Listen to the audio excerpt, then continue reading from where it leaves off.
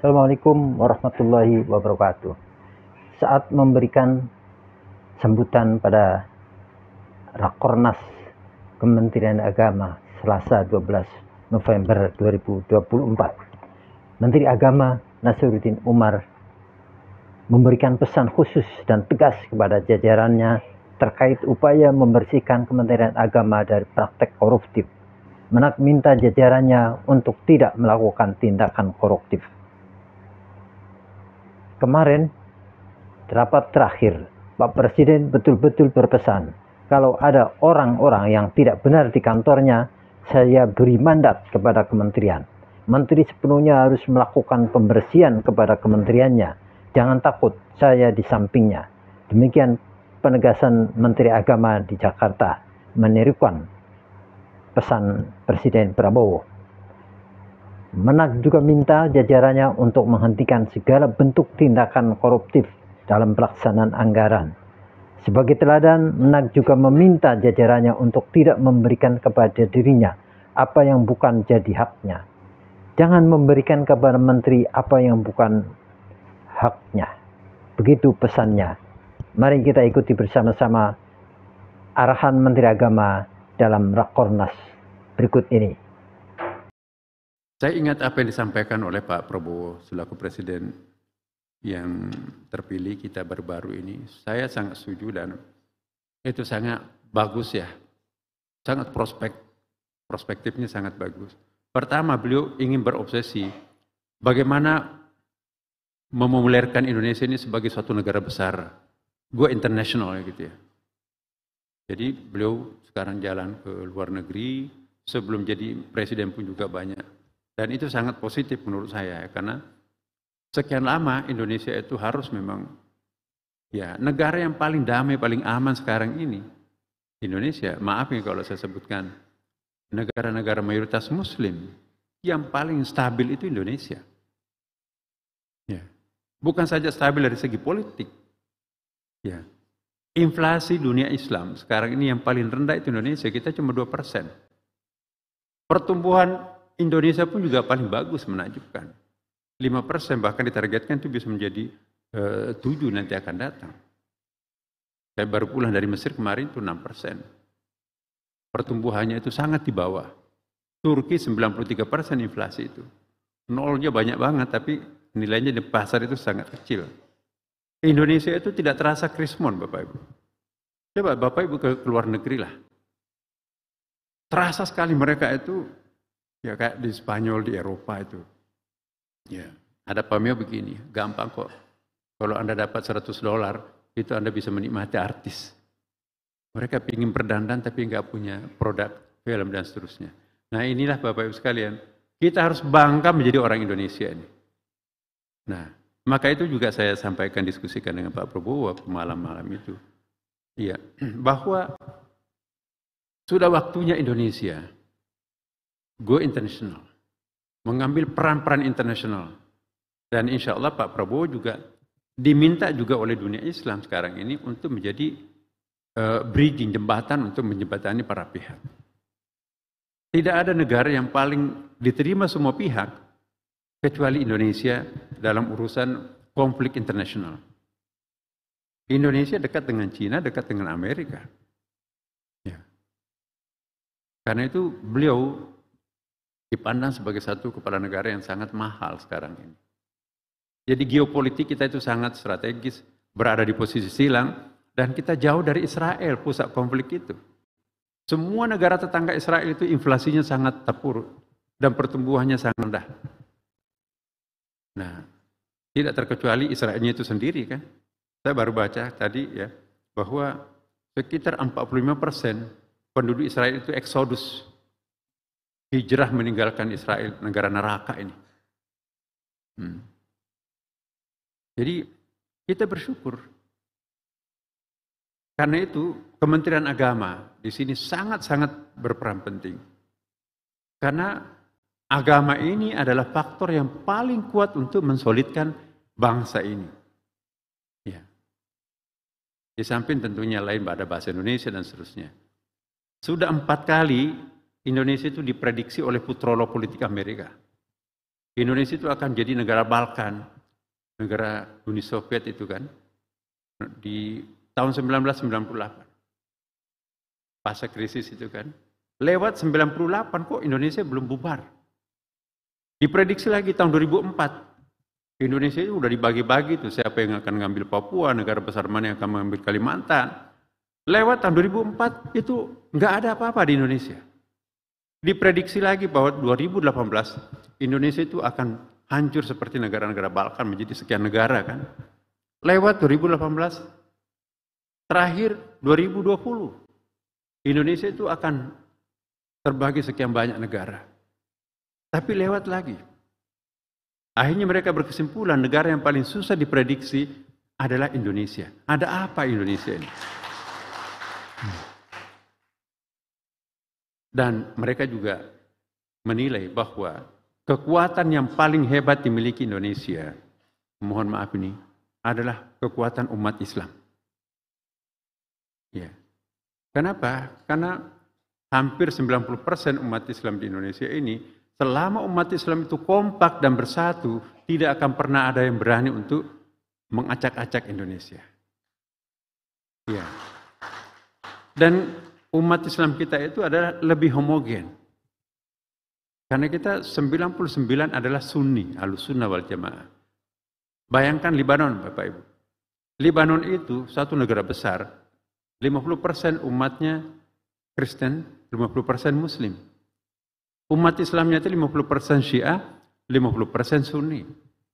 Jadi bosan perang antara Syiah dan Sunni, perang antara Kristen dengan Islam. Nah, ada Israel, gabung lagi perang dengan Israel. Jadi kota babak belur itu adalah Libanon.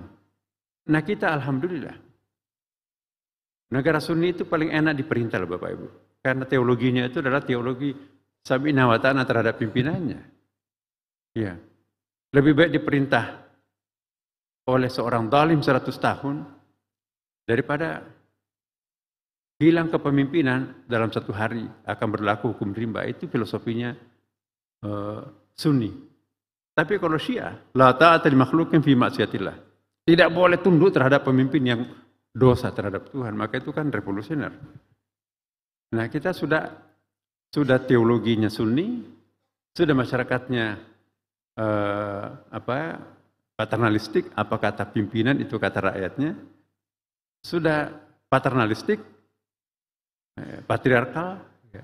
Jadi Profesor Snok Burgronya, gurunya Snok Burgronya itu adalah Profesor Salomon Kaiser. Dia paham bahasa Indonesia, tapi nggak pernah ke Indonesia, hanya sampai di Singapura. Ya. Ada cara yang paling gampang untuk menjinakkan Indonesia. Ya. Apa itu? Pokoknya kita pompakan semangat Sunni, Syafi'i, Imam Syafi'i. Ya, karena falsafahnya Fiqih Syafi'i itu sangat patriarkal, kata Salomon Kaiser. Apa kata laki-lakinya? Itu kata perempuannya. Dan juga masyarakat Indonesia itu sangat paternalistik. Apa kata rajanya? Itu kata rakyatnya. Jadi dua simpulnya, kuasai rajanya, kuasai laki-laki, Anda akan menguasai Indonesia. Maka itu kalau ke Belanda, Bapak Ibu, negara satu jengkal begini kok bisa menjajah Indonesia gitu kan? 1/4 jam itu motong itu Belanda itu, tapi kok menjajah sekian lama Indonesia? Karena dia tahu strateginya. Bagaimana menjinakkan Indonesia. Nah sekarang, Bapak Ibu sekalian, Kementerian Agama itu juga harus punya visi yang tajam ke depan. Ya, kita menjadi faktor yang sangat penting untuk stabilisator untuk bangsa kita nanti akan datang. Karena itu, kita jangan kalah membuat produk-produk yang unggulan, seperti hanya tim ekonominya Pak Prabowo. Itu luar biasa, solidnya. Maka tim religinya Kementerian Agama ini adalah Kementerian Agama bersama dengan kolega-kolega kita yang lain. Kita jangan kalah.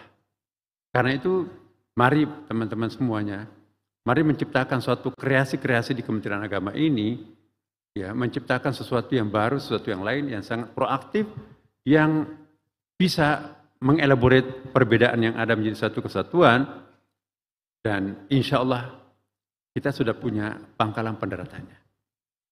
Saya percaya wajah-wajah yang di depan saya ini adalah wajah cerdas. Teman-teman juga yang cukup Kami tidak melihat siapa kalian, tetapi saya melihat bahwa bagian dari kita, kalian adalah orang-orang terbaiknya Kementerian Agama. Mari kita mulai dari lembaran baru sekarang ini untuk membangun visi yang tajam, bagaimana menciptakan Indonesia baru yang solid dan juga bersaing dengan negara-negara yang akan datang. Inilah saya kira harapan kami. Selanjutnya nanti menyangkut masalah teknis, kami juga sudah menginventarisir masalah-masalah Bapak Ibu sekalian. Kami juga diam-diam seminggu ini masalah-masalah mikro yang ada di Irjen apa yang perlu dibenahi, banyak sekali Bapak Ibu. Tidak saya sampaikan di sini. Apa persoalan di lingkungan kebimasan, bimas Islam banyak sekali persoalan. Bimas-bimas agama lain. Apalagi pendis. Ya. Kemudian juga haji. Maka itu saya mohon betul Bapak Ibu. Mari kita seperti apa yang disampaikan oleh Pak Prabowo. Ada tiga indikasi yang pertama, mari kita membuat Indonesia terkenal di luar negeri dengan menjual nilai jual yang sangat pantas. Yang kedua adalah pembersihan. Pembersihan.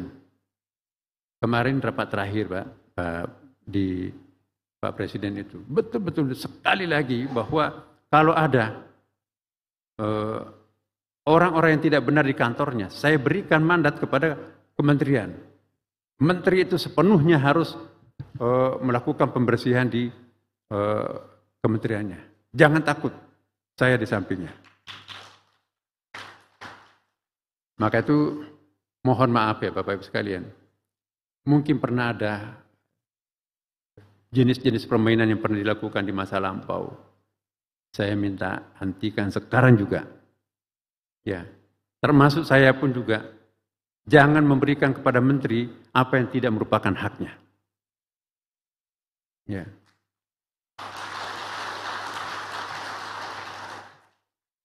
Pokoknya kami akan mempertaruhkan segalanya. Saya nggak ada beban, kecuali mengabdi ke Pak Prabowo ya bahwa pembersihan. Ya. Jadi kalau ada konsekuensi yang nanti muncul karena saya melakukan pembersihan, saya siap apapun resikonya. Karena itu saya minta kepada para kanwil yang ada di sini, ya, kami mempunyai banyak catatan. Ya, banyak sekali laporan bahwa istri Pak Kanwil itu lebih kuasa daripada Pak Kanwilnya itu sendiri. Jadi saya mohon betul, ya, istri jangan sampai merecokin, membebani beban-beban negara ini. Ya. Mohon ya Bapak Ibu dimanapun juga.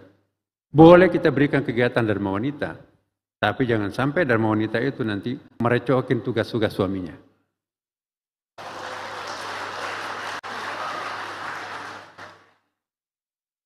Ya.